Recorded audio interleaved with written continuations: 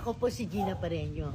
Of course, kilala niyo ako as Lola Gets. Ako po si Gina Pareño. Of course, I am Cobrador. Ako po si Gina Pareño. Of course, nagbebenta ako ng Bototay. Ako po si Gina Pareño. Of course, kaya kong umubos ng buong tsokolate.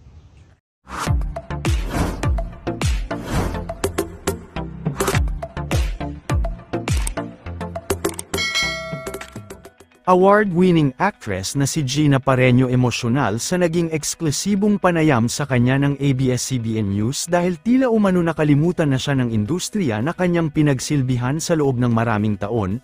Nitong nakaraang linggo October 20 ay nagdaos ng kanyang ika-77th birthday ang batikang aktres na si Gina Pareño.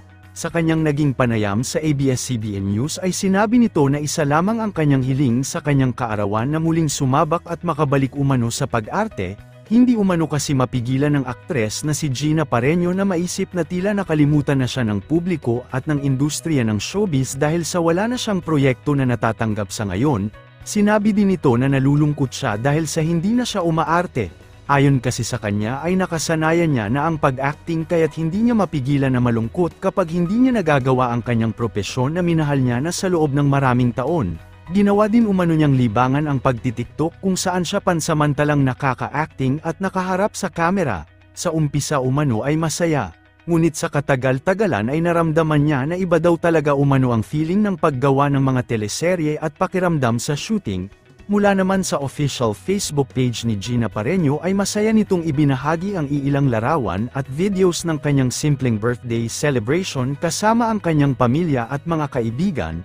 Kalakip ang mga larawan ay nagpasalamat din siya sa mga nakisaya sa kanyang birthday at sa mga nagbigay ng regalo at cake sa kanya. Narito ang kanyang naging buong caption, "Maraming salamat sa mga pumunta and sa mga gifts and cake. Masaya ako. Thank you Lord for another year."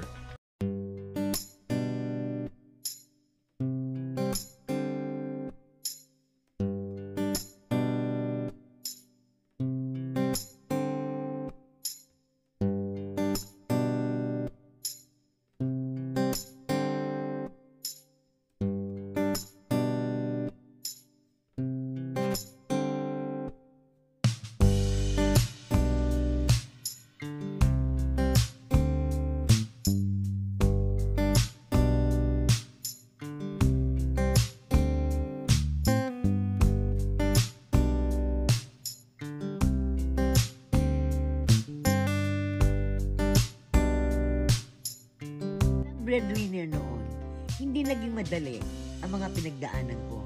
Siguro kung makakausap ko ang aking younger self, napakarami kong ipagpapasalamat sa kanya. Una sa lahat, thank you dahil nanatili kang lumalaban. Gusto kong malaman mo, after all these years, nakakapag-work pa rin naman ako at looking good for my age. Imagine, nakakasayaw pa ako sa TikTok at kahit busy ka, dapat may oras ka pa rin for exercise, pahinga, at proper diet. And para sa akin ngayon, kasalukuyan tumatanda na, I need the right nutrition partner. Ako po si Gina Pareño. Of course, kilala niyo ako as Lola Gets. Ako po si Gina Pareño.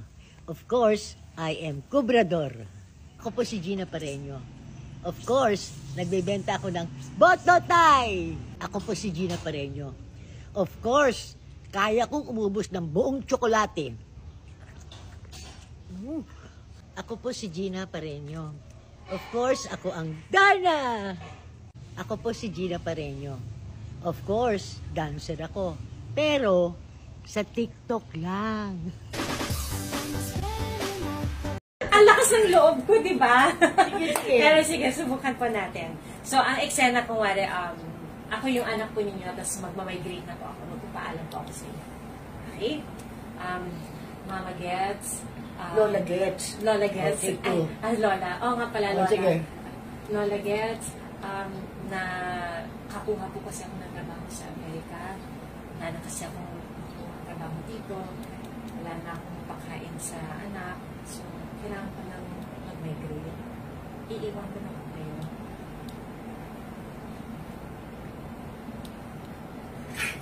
Sabi mo, di mo ko iiwan.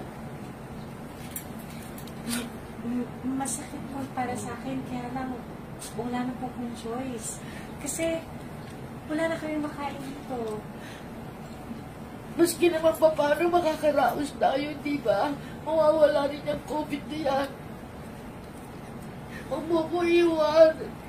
Pero bibisitahin din po kayo kapag okay na lahat. Kapag wala na pong COVID. Ayoko! Para po sa kabutihan ng pamilya natin to.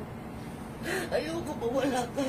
Gusto ko kasama kita araw-araw. Malulungkot ako.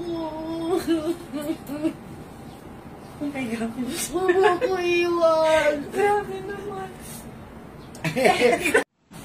La, zombie lang ang pegla. Mukhang buhay na agad na. Ano kayo, politiko? Hindi. Makakabalik akong buhay. Alive and kicking. Na parang walang nangyari. Lahat ng umiyak, nakiramay, nag-abuloy, malilimutang kinuha na ako ni Lord. Ganda ko na lang ang makikita nila. Fresh from heaven above. Bakit? Nasipa ka ba sa langit? Paano ba yung pakambak mo, Lola?